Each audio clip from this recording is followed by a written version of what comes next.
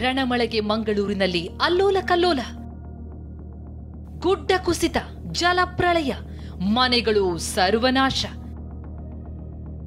ರಣಮಳೆ, ಮರಣಮಳೆ.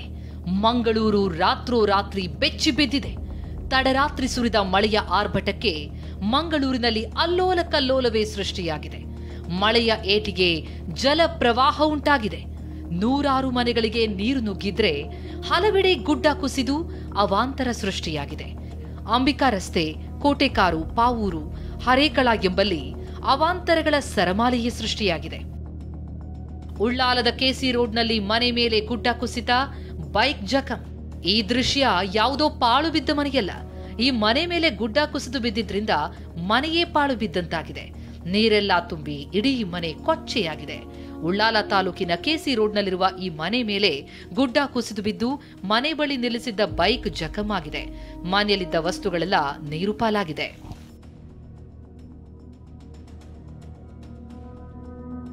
ಪಾವೂರಿನಲ್ಲಿ ಗುಡ್ಡ ಕುಸಿದು 2 ಮನೆಗಳಿಗೆ ಹಾನಿ. ಇನ್ನು ಮಂಗಳೂರು ಹೊರವಲಯದ ಪಾವೂರಿನಲ್ಲಿ ಗುಡ್ಡ ಕುಸಿದು 2 ಮನೆಗಳಿಗೆ ಹಾನಿಯಾಗಿದೆ. ಮನೆ ಪಕ್ಕದ ಶೆಡ್ ಸಂಪೂರ್ಣ ಜಖಂ ಆಗಿದೆ.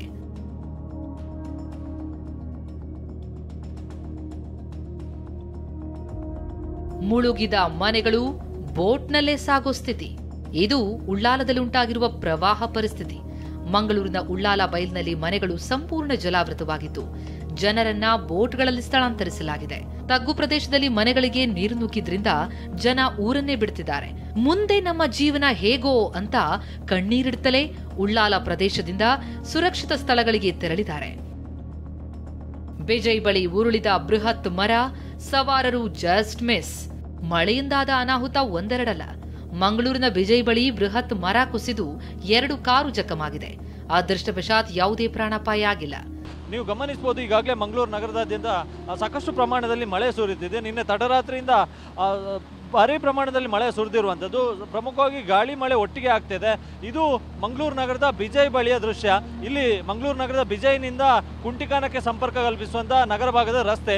ಆದರೆ ಇವತ್ತು ಬೆಳಿಗ್ಗೆ ವಿಪರೀತವಾಗಿ ಗಾಳಿ ಮಳೆ ಸುರಿದಿರುವಂಥದ್ದು. ಹೀಗಾಗಿ ಈ ಬೃಹತ್ ಗಾತ್ರದ ಮರ ರಸ್ತೆಗೆ ಅಡ್ಡಲಾಗಿ ಬಿದ್ದಿರುವಂಥದ್ದು. ರಸ್ತೆ ಬದಿ ನಿಲ್ಲಿಸಿದಂತೆ 2 ಕಾರಿನ ಮೇಲೆ ಮರದ ಕೊಂಬೆಗಳು ಬಿದ್ದಿರುವಂಥದ್ದು. ಅದೃಷ್ಟವಶಾತ್ ಆ ಕಾರ್ನ ಒಳಗೆ ಯಾರೂ ಕೂಡ ಇರಲಿಲ್ಲ. ಹೀಗಾಗಿ ಯಾವುದೇ ರೀತಿಯಂತ ಹಾನಿಗಳು ಆಗಿಲ್ಲ. ದಕ್ಷಿಣ ಕನ್ನಡ ಮತ್ತು ಉಡುಪಿಯಲ್ಲಿ ಮಳೆಯ ಆರ್ಭಟ ಹೆಚ್ಚಾಗಿರುವುದರಿಂದ 2 ಜಿಲ್ಲೆಯಲ್ಲೂ ಶಾಲೆಗಳಿಗೆ ರಜೆ ನೀಡಲಾಗಿದೆ. ದಕ್ಷಿಣ ಕನ್ನಡ ಜಿಲ್ಲೆಯ ಶಾಲೆಗಳಿಗೆ ರಜೆಯನ್ನು ಘೋಷಿಸಲಾಗಿದೆ. ಅಂಗನವಾಡಿಯಿಂದ ಪ್ರೌಢಶಾಲೆವರೆಗೂ ಕೂಡ ಇವತ್ತು ರಜೆಯನ್ನು ಜಿಲ್ಲಾಡಳಿತ ಘೋಷಣೆ ಕೂಡ ಮಾಡಿದೆ. ಹೀಗಾಗಿ ಇವತ್ತು ಪೂರ್ತಿಯಾಗಿ ಮಳೆ ಮುಂದುವರಿಯುವ ಸಾಧ್ಯತೆ ಇದೆ. ನಾಳೆಯೂ ಕೂಡ ಇನ್ನಷ್ಟು ಮಳೆಯಾಗುವಂಥ ಎಚ್ಚರಿಕೆಯನ್ನು ಹವಾಮಾನ ಇಲಾಖೆ ನೀಡಿದೆ. ಹೀಗಾಗಿ ಸದ್ಯ ಮಂಗಳೂರು ನಗರ ಭಾಗದಾದ್ಯಂತ ಸಾಕಷ್ಟು ಅವಾಂತರಗಳು ಮಳೆಯಿಂದ ಸೃಷ್ಟಿಯಾಗಿರುವಂಥದ್ದು. ಕ್ಯಾಮ್ರಾ ಪರ್ಸನ್ ರಾಜೇಶ್ ಜೊತೆ ಅಶೋಕ್, TV9 ಮಂಗಳೂರು.